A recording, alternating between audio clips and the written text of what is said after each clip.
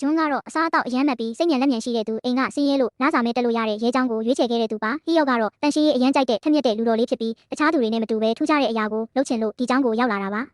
သူတို့နှစ်ယောက်ဟာလေ့ကျင့်ရေးကာလမှာတယောက်ကိုတယောက်ကူညီရင်းနဲ့ရင်းနှီးတဲ့တငယ်ချင်းတွေဖြစ်လာကြပါတယ်တရက်မှာတော့ကျောင်းပိတ်ရက်အပြင်ထွက်ခွင့်ရတော့ရေးစားရှာမယ်ဆိုတဲ့ရည်ရွယ်ချက်နဲ့ဂန်နန်ကကလပ်တစ်ခုကိုတွားခဲ့ကြပါတယ်ဒါပေမဲ့သူတို့ထင်တယ်လို့ဖြစ်မလာပဲကလပ်ကအပြန်လန်းမှာမိန်းကလေးတစ်ယောက်ပြန်ပေးဆွဲခံရတာကိုမထင်မှတ်ပဲမြင်လိုက်ရတဲ့အခါမှာတော့သူတို့ရဲ့ဘဝဟာစတင်ပြောင်းလဲသွားပါတော့တယ်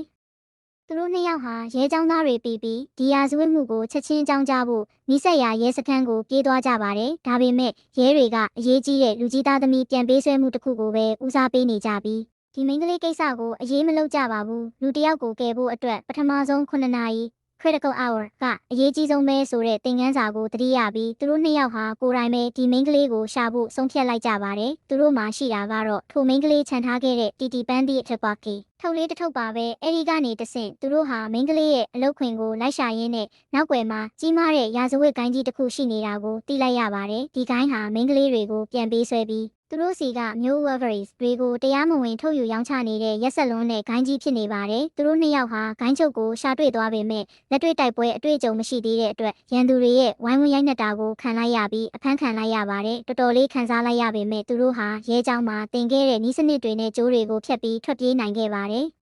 ကျောင်းကိုပြန်ရောက်တဲ့အခါသူတို့ရဲ့ဆရာဖြစ်သူကိုအကူအညီတောင်းပေမဲ့စနစ်တကျလှုပ်ထုံးလုံနည်းတွေကြောင့်အချိန်မီမကယ်နိုင်ပါကိုစိုးရိမ်လာကြပါတယ်။ဒါနဲ့ပဲကီဂျွန်းနဲ့ဟီယော့ဟာသူတို့ဘာသာသူတို့ပဲအဆုံးသတ်ဖို့ဆုံးဖြတ်လိုက်ကြပါတယ်။သူတို့ဟာခန္ဓာကိုယ်ကိုအပြင်းထန်လေ့ကျင့်ကြတယ်။လက်နက်ကရိယာတွေပြင်ဆင်ကြတယ်ပြီးတော့ထိုရာဇဝတ်ကိုင်းရဲ့အခြေစိုက်စခန်းကိုတကြော့ပြန်သွားရောက်စီးနင်းကြပါတယ်။ဒီခန်းမှာတော့သူတို့နှစ်ယောက်ရဲ့အမိုက်စားတိုက်ခိုက်မှုတွေကိုမြင်တွေ့ရမှာပါ။ရဲကျောင်းသားဘဝကတင်ခဲ့တဲ့